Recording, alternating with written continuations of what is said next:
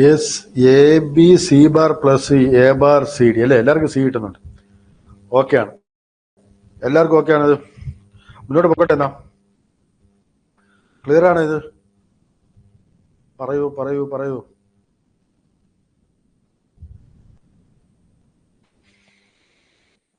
നമുക്ക് വാല്യൂ ഉള്ളത് ഡി ഉള്ള ആദ്യത്തെ I1-ലും I3-ലും പിന്നെ 1-ലും ഉള്ളത്. അത് ശരിയല്ലേ? ആൻസർ സി കിട്ടും. എല്ലാവർക്കും ഓക്കെ ആണോ? നമ്മൾ ഇക്വേഷൻ പറയുകയാണെങ്കിൽ ഈ പറഞ്ഞ ഡി ഉണ്ട്, ഡി ഉണ്ട്, 1 ഉണ്ട്. അപ്പൊ ആ വാല്യൂ മാത്രം എടുത്താൽ മതി. I1 എന്ന് പറയുമ്പോഴത്തേക്കും A bar B C D plus A bar B C D, okay ആണോ? Plus I6 A B C bar. ഇവിടെ വരെ ആൻസർ ആയിട്ട് എല്ലാവർക്കും ഓക്കെ ആണത്? നമ്മൾ നേരെ ജനറൽ ഇക്വേഷൻ അപ്ലൈ ചെയ്യണം. അപ്പൊ ഇതിൽ നിന്ന് നമുക്ക് എന്ത് പറയാം? ഇതിൽ നിന്ന് നമുക്കൊരു ടേം പറയുകയാണെങ്കിൽ എ ബാർ പുറത്തു പോകും, ബി ബാറും ബിയും അവിടെ നിൽക്കും, സി ഡി പുറത്തു വരും. അപ്പൊ A bar C D plus A B C bar, എല്ലാം ഓക്കെ ആണ്.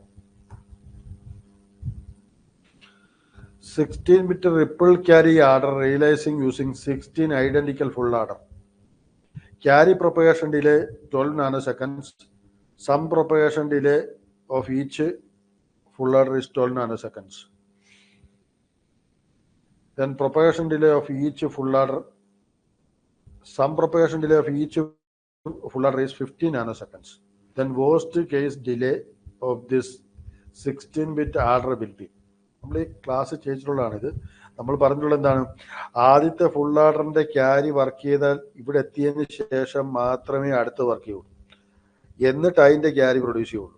അങ്ങനെ അടുത്ത 14 ക്യാരി വരെ പ്രൊഡ്യൂസ് ചെയ്തു. എന്നിട്ട് സമ്മ് പ്രൊഡ്യൂസ് ചെയ്യാനാണ് കൂടുതൽ സമയം വരുന്നത്.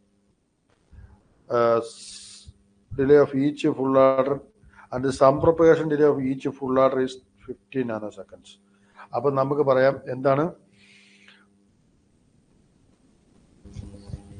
പറയൂ പറയൂ പറയൂ.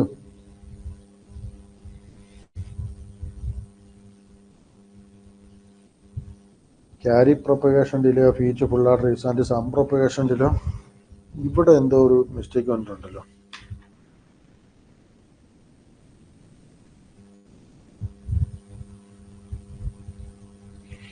ഇങ്ങനെ ഒരു ഡയലോഗ് ഇല്ല.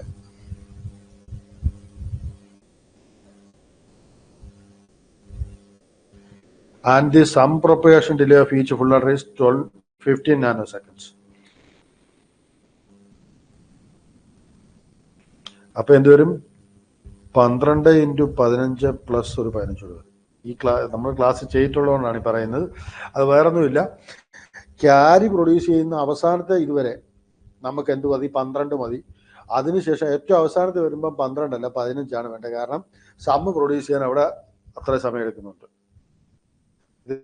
കൃത്യമായിട്ട് ഒന്നുകൂടെ പറയുകയാണെങ്കിൽ സമ്മ് പ്രൊഡ്യൂസ് ചെയ്ത് വരുന്നു നമുക്ക് ഈ പറയുന്ന ആദ്യത്തെ ഇത് എപ്പോൾ പ്രൊഡ്യൂസ് ചെയ്യും? 15ാമത്തെ സെക്കൻഡിൽ. നാനോ സെക്കൻഡ്സ് ആണ് അത് വിട്ടുകളാം. 15ാമത്തെ സെക്കൻഡിൽ. ഇവിടെ 12ാമത്തെ സെക്കൻഡിൽ ക്യാരി പ്രൊഡ്യൂസ് ചെയ്യും. ഈ ക്യാരി വന്നതിന് ശേഷം മാത്രമേ ഇവിടെ വർക്ക് സ്റ്റാർട്ട് ചെയ്യുള്ളൂ. അപ്പൊ 12 + 15 ആയിരിക്കും ഇവിടുത്തെ സമ്മിന്റെ ആൻസർ.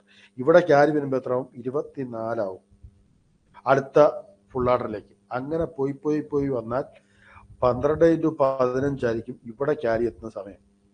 ആ ക്യാരി അവസാനം ഈ 15 അല്ല 16 ഒരെണ്ണോടെ വരുന്നുണ്ട്. 0 എന്ന് തുടങ്ങി അല്ലേ? അപ്പൊ 15. അപ്പൊ 15 ക്യാരി എത്തുമ്പോഴത്തേക്കും ശരിക്കും പറഞ്ഞാൽ 12 × 15 വരും. പിന്നെ അവസാനം ക്യാരി പ്രൊഡ്യൂസ് ചെയ്യാൻ 12 മതി, സമ്മ് പ്രൊഡ്യൂസ് ചെയ്യാൻ 15 വേണം. അപ്പൊ 15 വേണം കൺസിഡർ ചെയ്യാൻ. അപ്പൊ ഇതിന്റെ വാല്യൂ എത്ര കിട്ടും? 13 × 15. വാല്യൂ എത്ര വരും? 13 × 15 എന്ന് പറഞ്ഞാൽ 13 130 കിട്ടി. 130ന്റെ പകുതി എന്ന് പറഞ്ഞാൽ എത്ര കിട്ടി? 65 കിട്ടും. 13 + 65 ചെയ്യുമ്പോൾ 130 + 65 എന്ന് പറയുമ്പോൾ 195. എല്ലാവർക്കും ഓക്കെ ആണെന്ന് വിശ്വസിക്കുന്നു. ക്ലിയർ ആണോ? പറയൂ പറയൂ പറയൂ. എല്ലാവരും ചെയ്തിട്ടുണ്ടല്ലേ? 195. റൈറ്റ്. യെസ്, എല്ലാവരും ആൻസർ ചെയ്തിട്ടുണ്ട്. പറഞ്ഞ ആൻസർ എത്ര കിട്ടും?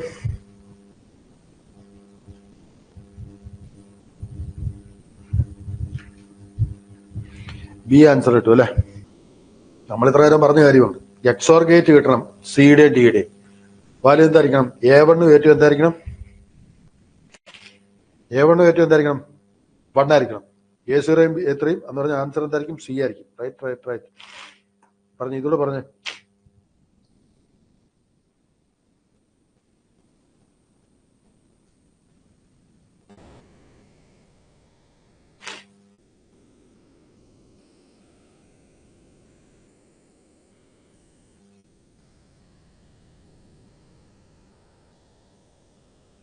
പറയൂ.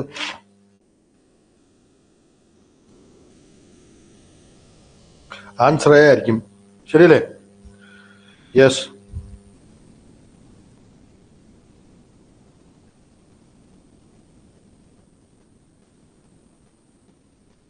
PQ ആയിരിക്കും. അത്രേ ഉള്ളൂ. അപ്പൊ ടേക്ക് കെയർ എല്ലാരും. ക്രിസ്റ്റീന, സാലി, നയന, സുജിത, നിമിത, സജന, ധന്യ, ഐശ്വര്യ, എല്ലാവർക്കും ഗുഡ് നൈറ്റ്. Take care.